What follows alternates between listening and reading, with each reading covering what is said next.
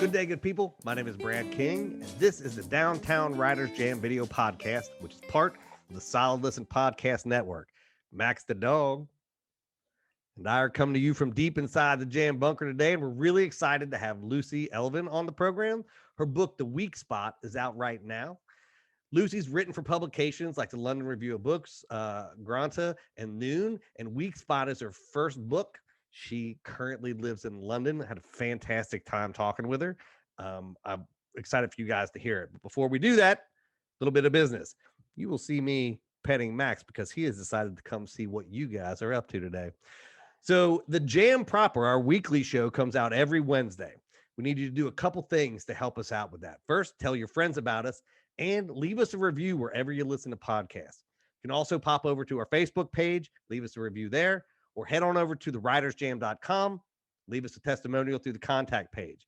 While you're at the site, a couple things you can do. Check out this video podcast series, which is out Mondays and Fridays, kind of sporadically. If you want to buy any of the books of people who have been on the program, click on our bookshop link. If you're looking for books to read, you can check out our book review section. We are uploading books as fast as we read them. You can also sign up for our monthly newsletter and get those book reviews and recommendations and highlights and other happenings around the web right in your email box. Lastly, you can support the entire Solid Listen network. For just a couple bucks a month, get some commercial-free episodes, reviews, special happy hours, and bonus content by everybody on the network. So do that. Things are going well here. We're finally getting the bunker put together. Just one more set of things to do, and we're going to have a fully operational bunker. Very happy about that. Just in time for summer, just in time for us to have the lockdown end-ish.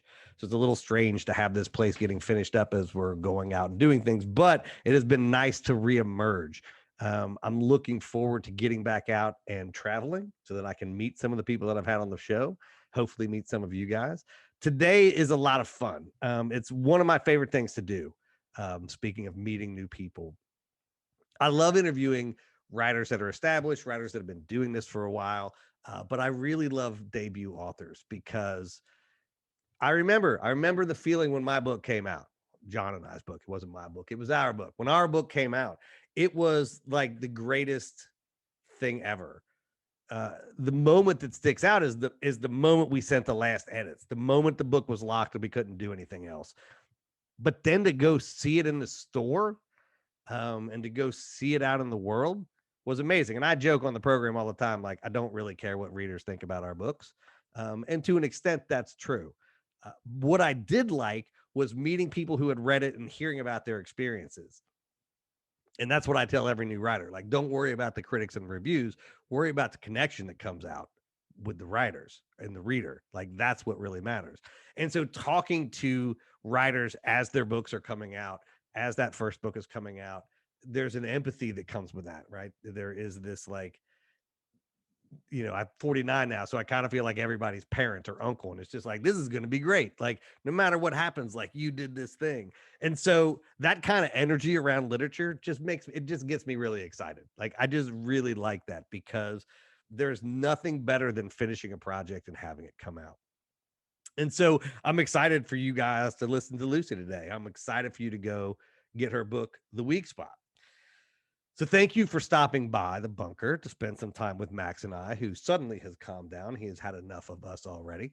I hope that your day is going well. I hope that you are taking care of yourself. I hope that you're taking care of each other. As we reopen, I hope that you are giving grace to everybody as we are trying to figure out, like, what this new normal that we're going to live in looks like. And I hope that you will go buy Lucie's book.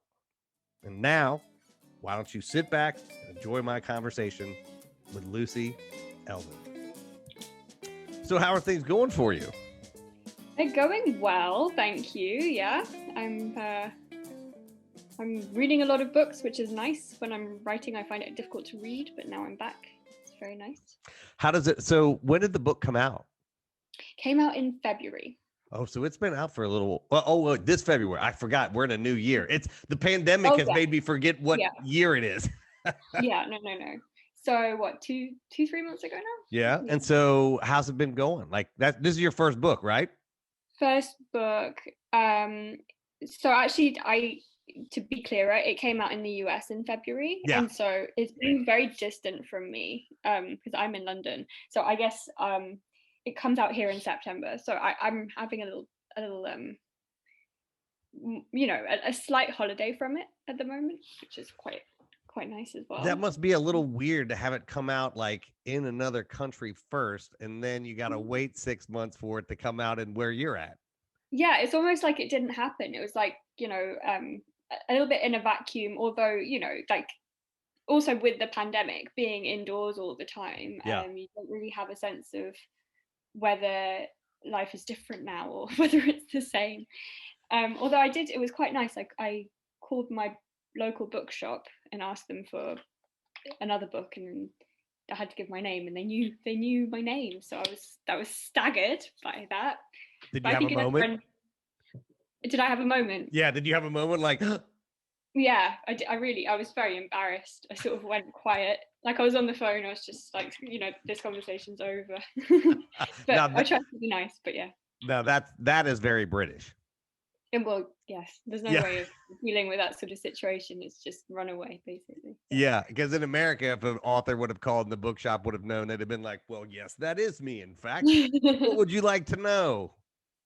Well, I think to be kind of, you know, completely candid about it, I think that they're friends with my UK publisher, so it wasn't like, you know, I'm. But anyway, yeah, It doesn't matter how they know you. All we care about is they know you. I know. Well, it must kind of be nice too if it's coming out in September because there's at least the possibility that some things might be open. Like you might actually get to Yes, do some stuff. gonna do a launch. Gonna have some human contact at that launch. It was quite weird. I did a Zoom one this time around, and it was lovely. Like it was. I guess it's. you know, I'm not married, but I guess it's what getting married is like. Everyone in your life sort of comes together. Um, and but yeah, but afterwards, I guess it was more like a performance. It wasn't like a sort of celebration. And then afterwards, I kind of crashed emotionally so much. I was just like, well, that's over. All the adrenaline's gone, and I haven't even, you know, hugged anyone. It's very odd. I find author events that are live, this is just me personally, I find them so very weird because Uh, as a writer, like I write so that you will sit somewhere and read it and have a reaction. And so like when I'm in person and I'm reading to you or something like that, like it just feels like something is weird about the environment. that makes sense. So you're like kind of seeing if the reaction is what you thought it would be, kind of And second also guessing. like reading is like I want them to read it themselves. Like me reading it to them always feels like I don't know, it just feels odd to me. Mhm. Yeah, reading out loud is generally quite odd. Like I I my mum's French, my dad's English, but I went to a French school until I was 10. And so when I speak English or when I read in English, I'm just not very good at it. Like I just don't feel like it's my first language. Um, and I mean, it is my first, it's my best language, but reading for some reason is when it comes out, when I suddenly feel like I don't know how to do this. I don't know how to even talk in this language. Well, and like also when you're reading, like you feel at least again, like this is me, like I feel like I have to give a performance. Like I Yeah. feel like I can't just like read the thing. I have to be like woo, which is the opposite of what I want. Well, I guess, but it's the only way to do it, isn't it? Yeah. You have to have a sort of persona. Yeah, I was kind of thinking about that. Like, I think, yeah, you write a book and you have all this time to work out exactly how you want it to be composed and what you want to bring across and which order you want it all to come in. And there is something like that that goes into then talking about your work or being Yeah. a writer and having to, you know, you have to have a sort of, yeah, it's like acting a little bit. Yeah. Which is the opposite of why most of us go into writing. Yeah. Yeah. We don't want to be in front of people. I think it's good for us. It is. I mean, obviously, readers get things out of it. And like, you know, I've talked to many writers who love those events because writing is so solitary, they get to be around other people and they're like, oh my God, other like humans who But then can they cope with the attention? I think, you know, it's They funny get because drunk I'm with an attention. extrovert. I think you're an introvert. Yeah. Um, I'm an extrovert, but I still don't like book readings. I like going to other people's events. I do not Yeah. like I did not become a writer so that people could stand around me and talk to me. Like that feels that feels aggressive. Right. Yeah. So Yeah. the book is out. You did your Zoom. You have a little break right now. So tell us Yeah. about the book. What is the weak spot? Okay, so it's a book that is about a woman who moves to a kind of remote town to work as a pharmacist under, so she's actually an apprentice at the beginning under this character who is quite a manipulative, very powerful, very inspiring pharmacist in that place. And it's kind of about, if I had to, yeah, if I had to say what it's about, I would say it's like about like savior complexes and denial, because you can start to realize that things are not quite as they seem, and yeah, he has a sort of Alfred Hitchcock-esque ability to make things appear as in ways that suit him. Yeah. And it's just sort of reading a little bit about the book too. Like language is a big thing for you in this book, yes? Hmm. Yeah. Yeah, I think that's why it's difficult for me to kind of summarize, because it is kind of, I was thinking about like why I wrote it in the way that I did, which is obviously something you can only really do retrospectively, and I didn't plan to Right, do. right. But I think that what kind of excites me in writing is the is like, I genuinely actually find writing quite entertaining. Like when I do it like almost not to relax, but like instead of watching TV, I find it um like surprising how things feel when they're put down. And so I think that, yeah, language is important because it's, I don't know, it's just the way that I wrote it. And I guess this character is someone who kind of thinks that she can cure people through listening to their stories and kind of saying them back to them, a bit like a kind of psychoanalyst. Uh-huh. Yeah. So do you think that, because the reason that I asked about that, because is I knew that we had talked before, and I knew that Mm. you had grown up with multiple languages. And so the translate, like you translate, right? Like if you know more than one language, you're always translating into a Yeah. thing, and that becomes like how you view the world, right? Which is like Yeah. sometimes through this translation and sometimes through this not. And Mm. I don't know, like this is the most literary thing ever, but like, do you think that had some impact as to why you were writing the book this way and exploring language and the ways that it can be used and things like that? Like, is that where it comes from, do you think? Yeah, definitely. I think that when you have more than one language and that you're constantly toggling between the two, you become quite, not alienated, but like you have a bit of a distance from it, and you kind of think of it as more a tool which has like, there are words that exist in French that don't exist in English. There are like Yeah. whole concepts, there are ways of feeling, even, I feel like, that exist in different languages that don't exist in others. So yeah, you have a sense of like how limited it is. um Maybe that's it. Yeah. I don't really I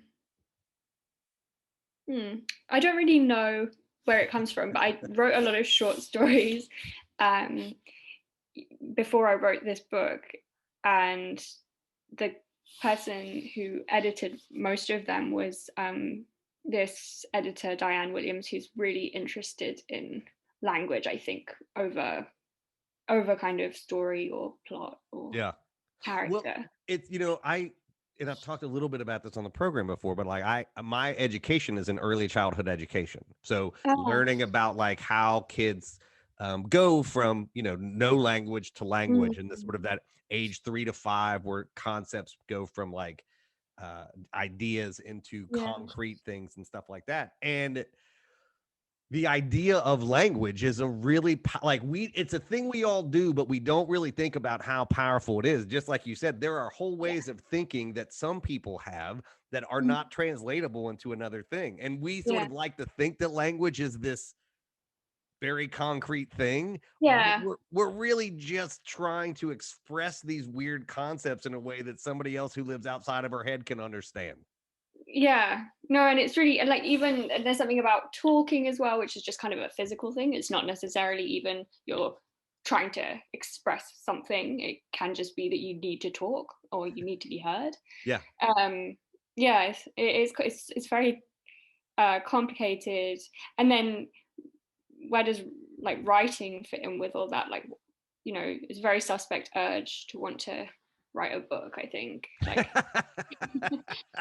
But there is a one of the things we know about actually writing is that that is how we learn, because you have to translate this concept that's a vague thing into an actual concrete thing. And Mm, so that's why one of the premises on the show is that I think people that are like us, that are writers, you're always exploring some concept and trying to understand what it means, whether you're doing it through fiction or nonfiction or essays or poems. mm, Like, it is an exploration of a thought or an idea that you mm. can't get by talking it. Like, you have to literally put it down into concrete words. Yeah, yeah. I wonder why that is. I think for me, I'm quite slow. I feel like if when I write things down, I have more time to kind of think about, how they make me feel or how they fit in together. Yeah, something like that. And, Um, and you get to re-edit it.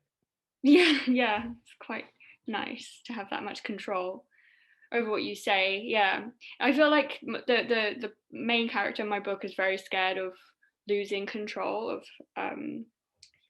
her kind of, like, she might say something and it will be incriminating in some way, like loose lips sink ships kind of person. And I think yeah, like writing is quite risky, and talking is quite risky. You're expressing something, and then afterwards you think about the consequences of that, and you're like constantly, so yeah, like you say, editing or recalibrating Yeah. or what. And I know for me, as someone who grew up in an oral storytelling culture, Yeah. like, words are very loose to me. So I don't oftentimes think of consequences of them, because everything's sort of a first draft. And I'm like, well, we'll just get to the meaning, which, as it turns out, is a terrible way to be a human being, right? Is Because it? people experience words that you say, and they do have impact on them. They don't think of them as a first draft, right? Like, and so writing for me has always been a comfort, because you can literally express things and then go figure out, like, oh, now let me think about this externally, or now let me think about how this audience might look, or is this the Mm, way in which I want to say it? mm. You know what I mean? That makes complete sense to me. Yeah, that's really interesting. So do you feel like there's a process of translation that goes in, like, from going from a kind of oral tradition to a I writing think that tradition? it's not that different from having multiple, speaking French Yeah, and speaking English, and like, yeah, you sort of, sometimes you code switch, right? Like, sometimes you're like, oh, this is this environment, so I need to be this way. But then yeah. sometimes it's just happening within you, sort of external to what's happening around, right? Like, I'm Mm. assuming there are times that you're speaking English but have thoughts in French, Mm-hmm. and you're like, oh, well, this is how my body works now. Like, those two Yeah, languages are, calling them two languages is arbitrary, yeah. right? Well, I Like, definitely remember a time when my parents would correct me all the time because I thought I was talking in one language, but in fact I was talking in two, like mixed together. yeah, yeah. Uh, and my niece does that a bit at the moment because she goes, well, she's her dad's Spanish, and so she has certain words that she thinks are different words, but in fact they're just the same word in different languages. So like, And she's that's got why I like, find language so, we have these arbitrary things, and we call yeah, Spanish, French, or whatever. But like, if you don't know there's a difference, yeah, it is just a pool of language into which you yeah, can draw from. right. And yes, and it is really arbitrary because there's not a huge amount of difference between Spanish and French, right? Like there could be Yeah, more of a difference. That's actually just a national border. yeah, That's the difference. Yeah, yeah. because And no, like, I made the mistake of studying German when I was in high school, and as I then like went to learn Spanish, they're like, well, that's not going to help at all. They're like, if you knew French, it would be helpful, but knowing German, it does you no good. And I found it does me no good. yeah, I always thought I was really good at languages because I spoke several languages, and then I like went to Hungary, and I was like, no, Yeah. it's really hard. It's, but Hungarian, really, you can't. I've had this discussion on the show many times because I've been there several times, and you Mhm. learn, like, oh yeah, this is a language that literally is untouched by all the cultures around it. Like, It's amazing because it's in the middle yeah, somehow. yeah. Yeah. They've The thing, never been, what I've been told is they've never been conquered and colonized. And so their language remained intact in the way that other places didn't have that same thing. mm, Because I knew German and my friend knew Russian, and it was like, well, neither one of those two things is helpful here. right, yeah, have to So communicate. And yeah, go on. Sorry. no. So the book is out here. The book is coming Mhm. out in September. We're gonna end with this. What was the impetus to explore that? Like, what was the thing that started you telling this story? Okay, so there were several different things. Um, One of them was that I had literally been working as an editor right before, and stopping that job made me think, wow, I've just spent years actually. I'd done it several years in a row, different places. I've just spent years sort of reading other people's stories and listening to other people's stories, and I think I'm also, like, just in my life, someone um, who has a lot of friends who are very good at telling stories. I accumulate great anecdotes in a quite lazy way by making the right friends vicariously. So yeah, I was thinking a lot about, like, being a listener and what that's like. And my main character is a someone who gets completely lost in other people's stories, and I feel like maybe that's something that, yes, you get when you go from talking to writing something down, as well as we were discussing, is that almost once you've written something down, it becomes someone else's. It's disembodied, right? It's not yours anymore. Um so it's kind of I think the impetus was, yeah, like, thinking a lot about listening, like what it feels like to listen, like how carried away you can get in a tall tale. And then, like, just the kind of, like, the trigger was, I had a friend who was living in this isolated spot, and who told me that there was a pharmacist. She was, like, on this tiny little island in the Falkland Islands, and there was a pharmacist who had a huge amount of power because he knew everyone's stories, everyone's Oh, life. So he knew all of the kind of rumors, all the most salacious things. And that's fascinating. yeah, well, and that's, I think, what happens, right? Especially in very isolated places. Yeah. And Because maybe not even isolated. Maybe in, like, I mean, you can imagine being in New York City and, like, if there's a neighborhood pharmacist and everybody comes, you know what I mean? Like, you can imagine it. Isolation is sort of, it's like communities form everywhere, yeah, yeah, yeah, but particularly yeah. nefarious and isolated places where there's nothing else. Yeah. Although when I was writing the book, I didn't do a huge amount of research, but one of the things I did was look at, well, I think around this around the time I was writing it, there was some sort of meme about pharmacists that went around the internet. I can't remember. It was something like, pharmacists take forever. You just give them a prescription for something really simple, and they're like, okay, come back in like 5 hours. And Yeah. so, it was some sort of, like, deprecating thing. And then there was this community of pharmacists online that went absolutely, were furious about this. And it was so fascinating to watch, because it wasn't just a bit of fury, it was, like, really specific, like, these are all the things we do not have good hours, we don't have good benefits. And I think so, being a pharmacist is actually very different in different countries. It's quite culturally specific. It depends on the health service that you have. Yeah. And I feel like it's actually a very hard job to have in America. Like, it's a very unforgiving situation to be in. Whereas in France, which is kind of where I was thinking for the landscape of the book, it's quite a prestigious job, and you have a lot of power. You really do in the community, and it's quite hard to become a pharmacist. And um, I don't know. It just seems like a quite nationally Yeah. different profession. Um, So and all in the these things are UK, getting smashed in your head. Like, you got this yeah, friend that's in the yeah, Falklands, like, thinking about these memes, the language yeah, stuff. yeah. And I, like, also, I just kept running into pharmacists as soon as I decided that this is what I was going to And you do just something. saw them Like, everywhere. yeah, I got the plane to um, Austria, and I was sitting in between married pharmacists, and they were so like meticulous. It was absolutely fascinating. They were like, they packed all their lunch in this really careful manner. And yeah, it's just, you know, as soon as you see them, as soon as your eyes are out, they're Yeah. everywhere. And obviously with the pandemic, they became even more prominent in my mind. I have a lot of respect for pharmacists. I think it's an interesting world. It's very interesting to know so much about people but act like you are completely cold, I think. Yeah, I mean, I think that like psychologists, like anybody that works with people that like into which your problems are part of their daily life, yeah, has got to be a weird existence. Yeah, and it's like a very community focused, caring profession, as well as being like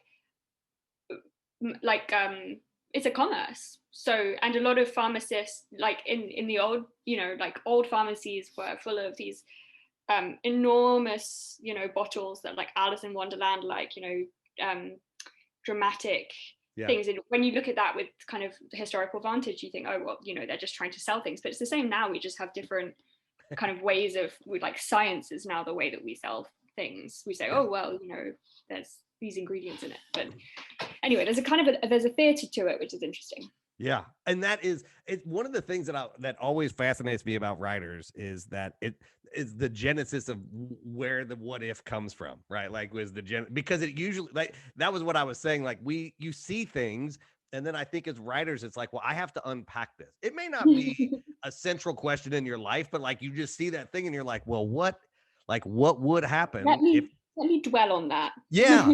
And then you get stuck in it. Yeah. For like 3 years. Yeah. And I'm going to write all about this. And then you get, and out of that come these sort of other truths about, you know, language and power and community. And what does this mean? And like, what is privacy and all of these things, which exist in those worlds. And as a writer and a reader, I'm always fascinated by how the book started. Because it oftentimes looks very different than what the actual book looks like. But this sounds like there's actually some lines to what actually happened, like small community, Falkland Islands, like somebody with power.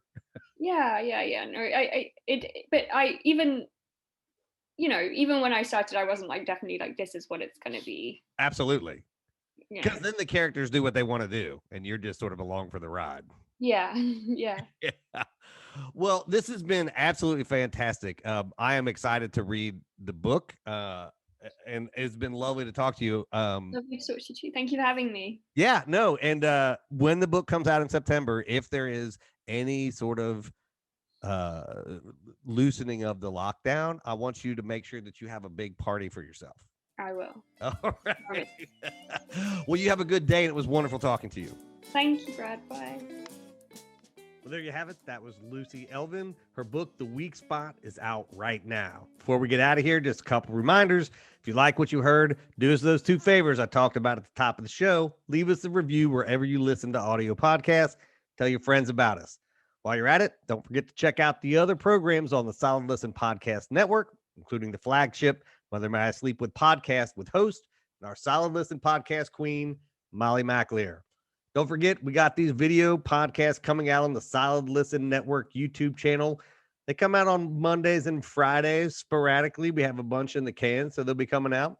You can also catch the audio version wherever you listen to podcasts.